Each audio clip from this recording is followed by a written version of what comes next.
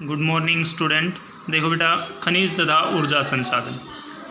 खनिज तथा ऊर्जा संसाधन का जो अगला जो टॉपिक है वो हम स्टार्ट कर रहे हैं। मेन था ऊर्जा संबंधित जो परंपरागत ऊर्जा के जो स्रोत थे वो हमने पढ़ लिए थे। गैर परंपरागत स्रोतों के बारे में चर्चा चल रही थी, ठीक है, जिसमें हमने जो है सौर ऊर्जा और पवन ऊर्जा के बारे में पढ़ा, ठीक है। अब बात करते हैं हम ज्वारीय ऊर्जा तथा तरंग ऊर्जा की। ज्वारीय ऊर्जा या तरंग ऊर्जा क्या होती है भाई? सबसे पहली बात, जब सूर्य, चंद्रमा और पृथ्वी आमने सामने होते हैं, यहाँ से पृथ्वी हो जाए या चंद्रमा यहाँ हो जाए, कोई फ़र्क नहीं पड़ता, ठीक है। तीनों जब एक समान एक ही दिशा में सीधे होते हैं, आपस में आमने सामने होते हैं, तब इनका जो गुरुत्वाकर्षण बल होता है, फोर्स लगता है, ठीक है। उस फोर्स के कारण जो है ज्वाला समुद्री जो जल है, समुद्र के अंदर जो जल होता है समुद्र में, वो जल ऊपर की ओर उठने लगता है, ठीक है। और जब ऊपर उठता है तो समुद्र के तटों के ऊपर बांध बना दिए जाते हैं और इन बांधों के अंदर उस जल को क्या कर लिया जाता है, स्टोर कर लिया जाता है। जैसे ही ये एक दूसरे से विपरीत आगे पीछे हो जाते हैं तब इनमें भाटा उत्पन्न होता है, मतलब ये जो जल ऊपर उठा हुआ जल जो है वापस नीचे आने लगता है। और जब वापस जो जल नीचे आता है तो यहाँ जो टरबाइन लगाए जाते हैं, ठीक है, तो ये जल जैसे ही नीचे आएगा उसके बाद इस जल को, जो स्टोर किया हुआ जल है, उसको भी खोल दिया जाता है, स्टर को, ठीक है। तो इसके जब ये खोला जाता है तो स्पीड से नीचे आता है और जिसके कारण यहाँ लगी टरबाइनों के मध्य से जब वो गुजरता है तो वो घूमती है और घूमने के कारण क्या होती है, विद्युत उत्पन्न होती है। तो उसे हम बोलते हैं ज्वारीय तथा तरंग ऊर्जा, ठीक है। अब बात करते हैं ज्वारीय तथा तरंग ऊर्जा का दोहन समुद्रों के संकीर्ण द्वारों पर बांध बनाकर किया जाता है। व्यवहार्य नहीं, ठीक है। पश्चिम बंगाल पुनरुपयोगी ऊर्जा विकास एजेंसी कोलकाता ने सुंदरवन क्षेत्र के दुर्गाद्वानी क्रीक ज्वार विद्युत परियोजना की संभावनाओं का अध्ययन किया और पाया कि वर्तमान उपलब्ध प्रौद्योगिकी आर्थिक रूप से व्यवहार्य दरों पर बिजली नहीं दे सकती, मतलब व्यवहारिक जो दर होती है उसके आधार पर ज्वारीय जो ऊर्जा है वो कामयाब नहीं हो पा रही, ठीक है। उसके बाद अब आगे देखो, समुद्र में ज्वार के समय ऊपर उठे जल को एक बांध के पीछे इकट्ठा कर दिया जाता है। भाटा के समय जब जल नीचे उतरता है तो बांध में एकत्रित पानी को नीचे गिराकर टरबाइन चलाए जाते हैं जिससे विद्युत उत्पन्न होती है। महासागरीय धाराएं ऊर्जा का अपरिमित भंडार गृह हैं। 17वीं और 18वीं शताब्दी के आरंभ से ही अविरल ज्वारीय तरंगों में महासागरीय धाराओं से अधिक सक्षम ऊर्जा तंत्र बनाने के प्रयास जारी हैं। भारत के पश्चिमी तट पर विशाल ज्वारीय तरंगें पैदा होती हैं जहां ज्वारीय ऊर्जा के विकास की व्यापक संभावना है, लेकिन अभी तक इसका उपयोग नहीं किया जा सका है। रूस और फ्रांस में अनेक ज्वार मिलें स्थापित हैं। अब है भूतापीय ऊर्जा। भूतापीय ऊर्जा भूमि की जो आंतरिक ऊष्मा है, ठीक है, उससे जो प्राप्त ऊर्जा है उसे क्या कहेंगे, भूतापीय ऊर्जा। तो देखो बेटा, भूतापीय ऊर्जा भूगर्भ में विद्यमान ऊर्जा की अपार राशि को भूतापीय ऊर्जा कहते हैं। पृथ्वी के गर्भ में जब मैग्मा जो है आंतरिक ऊष्मा के कारण जो है वो पिघला होता है, ठीक है, गर्म रूप, तरल रूप में होता है। मैग्मा निकलता है तो अत्यधिक ऊष्मा निर्मुक्त होती है। जब ज्वालामुखी विस्फोट होते हैं तो उसमें सबसे पहले जो है गैस और ज्वाला, ठीक है, अग्नि प्रज्वलित होती है। उसके बाद जो है मैग्मा लावा का रूप धारण करके ज़मीन के ऊपर आता है, ठीक है। और लावा जो है कब कहेंगे, जब वो मैग्मा ठंडा हो जाता है और परतों के रूप में जम जाता है तो वो लावा कहलाता है। इस ऊष्मा को विद्युत ऊर्जा में बदला जा सकता है। इसके अलावा गर्म झरनों एवं गीजरों से भी ताप ऊर्जा पैदा की जा सकती है। भूतापीय ऊर्जा को ऊर्जा के वैकल्पिक स्रोत के रूप में विकसित किया जा सकता है। भारत में 115 गर्म झरनों की पहचान की गई है जो लगभग 1000 मेगावाट विद्युत उत्पन्न कर सकते हैं। लद्दाख की पूगा घाटी में स्थित गर्म झरनों से उत्पन्न ऊर्जा की आपूर्ति स्थानीय निवासियों तथा सेना की इकाइयों को की जाती है।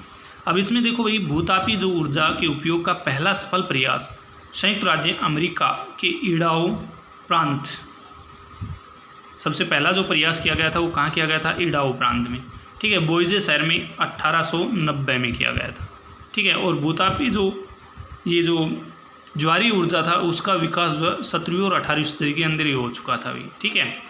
रूस और फ्रांस में अनेक ज्वार मिलने स्थापित हैं, ठीक है। मिलें जो हैं रूस के और फ्रांस के अंदर ज्वार ऊर्जा जो उत्पन्न की जाती है वो मिलें स्थापित हैं।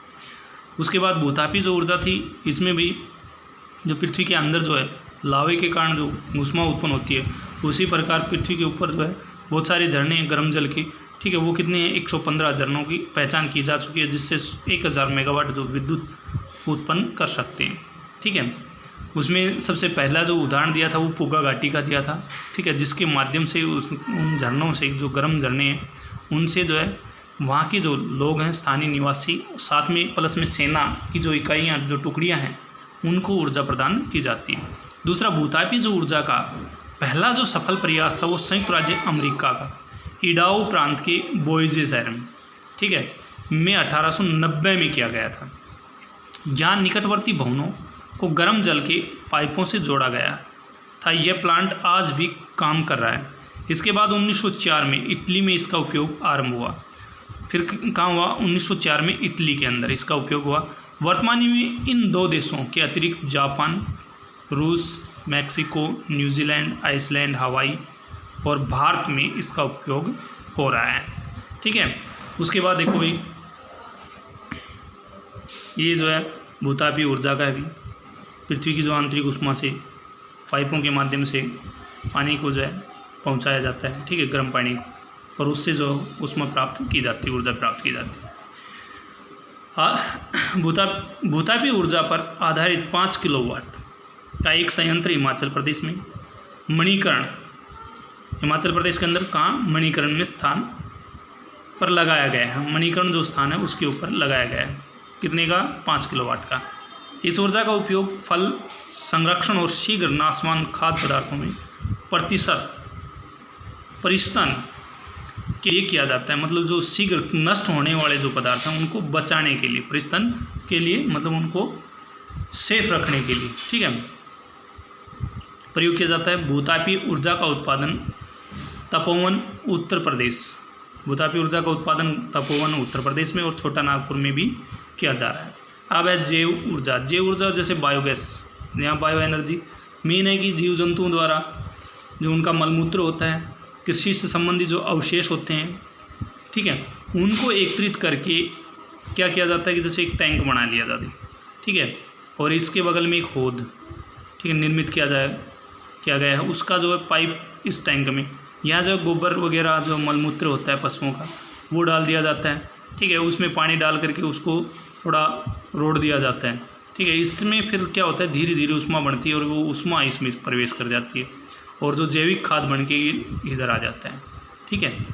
उसके बाद इसको जैविक खाद बना लिया जाता है, इसमें कीड़े वगैरह, केंचुए वगैरह छोड़ करके, ठीक है। उसके बाद ये जो गैस यहाँ एकत्रित हुई, इसमें ऊपर जो है पाइप जोड़ दिया जाता है, ठीक है, चूल्हे तक इसको पहुँचाया जाता है। तो ये बायोगैस प्लांट कहलाता है। तो देखो भाई, जैविक उत्पादों से प्राप्त की जाने वाली ऊर्जा को जैव ऊर्जा कहा जाता है। जैविक उत्पादों में कृषि अवशेष, नगरपालिका द्वारा एकत्रित अवशेष, औद्योगिक तथा अन्य अपशिष्ट शामिल होते हैं। जैव ऊर्जा ऊर्जा परिवर्तन का संभावित स्रोत है। इससे बिजली, ताप ऊर्जा अथवा खाना पकाने के लिए प्रयुक्त गैस में परिवर्तित किया जा सकता है। जैव ऊर्जा के अनेक लाभ हैं, जैसे एक तो यह अपशिष्ट और कूड़ा कचरा परिक्रमित करेगा, दूसरी यह ऊर्जा भी पैदा करेगा। इसके अतिरिक्त बायोगैस संयंत्र से अच्छी खाद भी प्राप्त होती है। मेन कितने फ़ायदे दिए भाई कि कूड़ा कचरा जो है, अपशिष्ट पदार्थ है, वो काम आ गई, ठीक है। उसके बाद इससे ऊर्जा या गैस प्राप्त हुई, ठीक है।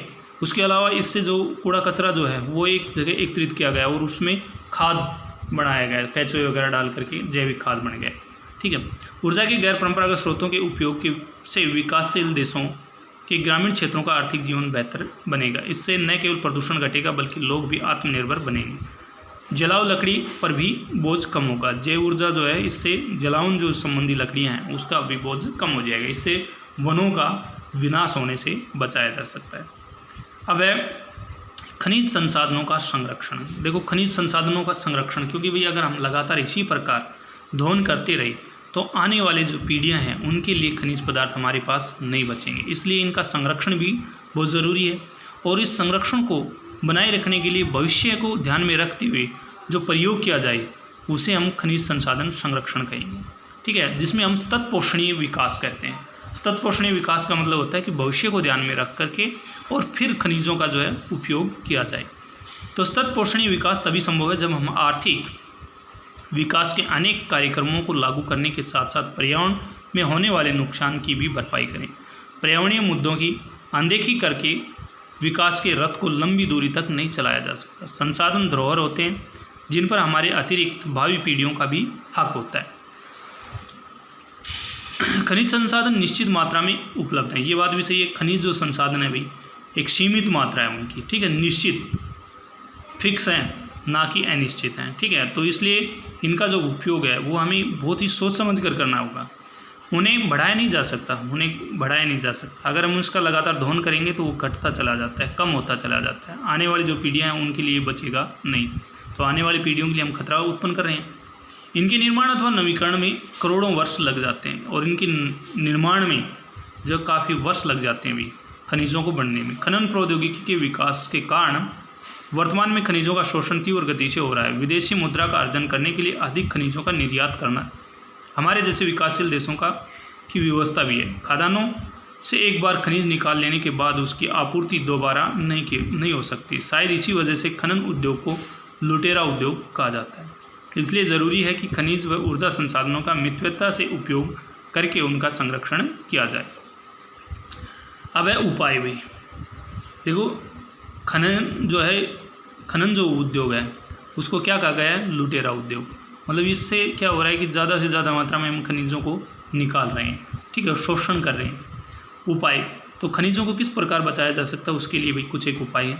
खनिजों को भूगर्भ से निकालने, साफ करने व गलाने की तकनीक जितनी अधिक सक्षम होगी खनिज हमें उतनी ही अधिक मात्रा में उपलब्ध होंगे। जो हमारी तकनीकी ज्ञान है वो उच्च होना चाहिए, अच्छा होना चाहिए, ताकि हमारी गलाने की जो तकनीक है उससे अच्छे खनिज प्राप्त हो सके ज़्यादा मात्रा में। संसाधन उपयोग के परंपरागत तरीकों के परिणामस्वरूप बड़ी मात्रा में अपशिष्ट के साथ साथ अन्य पर्यावरणीय समस्याएं भी उत्पन्न होती हैं। धात्विक खनिजों के मामले में स्क्रैप या कबाड़ धातुओं का उपयोग धातुओं का पुनः चक्रण संभव करेगा। मतलब जो रैपर होता है, रद्दी जिसे हम बोलते हैं, ठीक है, जैसे खनिज हैं, लोहे की जो कोई भी वस्तु है, लोहे एल्यूमिनियम की जो भी कुछ वस्तुएं बनाई जाती हैं, उनको क्या होता है कि वो कुछ समय के बाद जैसे डैमेज हो जाती हैं, तो उन डैमेज पार्ट को हम क्या करेंगे, उनको वापस कबाड़ी वाले को देंगे। कबाड़ी वाला क्या करेगा, उसको प्रगलन भट्टियों तक पहुँचाएगा और फिर उसको दोबारा से निर्मित किया जाएगा। उसे क्या करते हैं हम, पुनर्चक्रण, ठीक है। इससे तांबा, शीशा, जस्ते जैसी धातुओं का पर बोझ कम होगा। जिनके भारत में भंडार अपर्याप्त हैं, मतलब जिनके भंडार जो हैं अपर्याप्त मात्रा में, जैसे तांबा है, शीशा है, जस्ते हैं, ठीक है, और अन्य जो धातुएं, ठीक है। उसके बाद अत्यल्प धातुओं के स्थान पर यदि हम प्रतिस्थापनों का उपयोग करें तो हम उनकी खपत को घटा सकते हैं। जो मतलब बहुत ही कम मात्रा में, अत्यल्प का मतलब बहुत ही कम मात्रा में जो धातुएं हैं उनका प्रतिस्थापन मतलब सही तरीके से प्रयोग, ठीक है, करेंगे तो उनकी जो खपत को हम घटा सकते हैं। मतलब जो कम है तो उसका उसी हिसाब से प्रयोग कर लें, ठीक है, उसकी मांग को हम कम कर दें, उसकी जगह अन्य वस्तुओं का प्रयोग करने लग जाएं, ठीक है। तो सामरिक और अत्यल्प खनिजों के निर्यात को भी घटाया जाना चाहिए ताकि वर्तमान आरक्षित भंडारों को लंबे समय तक प्रयोग किया जा सके। सामरिक और अत्यल्प जो खनिज हैं उनकी निर्यात को, जैसे हम लगातार क्या कर रहे हैं, उसको निर्यात कर रहे हैं, ठीक है, निर्यात मतलब बेच रहे हैं, ठीक है, मुनाफा कमाने के लिए, और हम अपने मुनाफे के चक्कर में उन खनिजों को क्या कर रहे हैं, ख़त्म कर रहे हैं। तो इसलिए हमें उनको बचा कर रखना होगा। उसके बाद धातुओं की उनकी प्राकृतिक संरक्षण की प्रक्रिया से सुरक्षा होने पर भी उनका संरक्षण हो सकता है। धातुओं से बनी वस्तुओं के उपकरणों पर पेंट, ग्रीस, तेल का उपयोग करके उनका जीवन बढ़ाया जा सकता है। जैसे लोहे की चीज़ें हैं उसके ऊपर हम पेंट करते रहें, लोहे के ऊपर बार बार पेंट करेंगे तो उसकी उम्र जो है वो बढ़ जाएगी, क्योंकि उसको जंग नहीं लगेगी, और जंग नहीं लगेगी तो वो लंबे समय तक टिक सकती है। इसलिए हमें इनका भी प्रयोग करना चाहिए। उसके बाद हमें ऊर्जा के वैकल्पिक स्रोतों जो असमाप्य हैं, जो कभी ख़त्म नहीं होते, ठीक है, उनके ऊपर निर्भरता बढ़ानी होगी। ये स्रोत हैं सौर ऊर्जा है, पवन ऊर्जा है, ज्वारीय ऊर्जा है, भूतापीय ऊर्जा है, इनके ऊपर हमें निर्भर होना पड़ेगा, ठीक है। इनका प्रयोग ज़्यादा से ज़्यादा मात्रा में करेंगे तभी हम अपने जीवन को सुरक्षित कर पाएंगे, भविष्य को सुरक्षित कर पाएंगे। उद्योगों का विद्युतीकरण करने से भी जीवाश्म ईंधन को बचाया जा सकता है। उद्योगों का जो विद्युतीकरण जो है ना, विद्युत के ऊपर, मतलब पेट्रोल डीजल कोयले इनसे चलने की बजाय किससे चले, उद्योगों विद्युत से चलें, ठीक है, विद्युत, ताकि जो है उनकी क्षमता, पर्यावरण प्रदूषण भी ना हो, क्षमता भी बढ़ जाए, ठीक है, और जो हमारे परंपरागत स्रोत हैं वो बचे भी रह जाएं। संसाधनों की मितव्ययता को हर व्यक्ति को अपनी जीवन शैली का अंग बनाना होगा।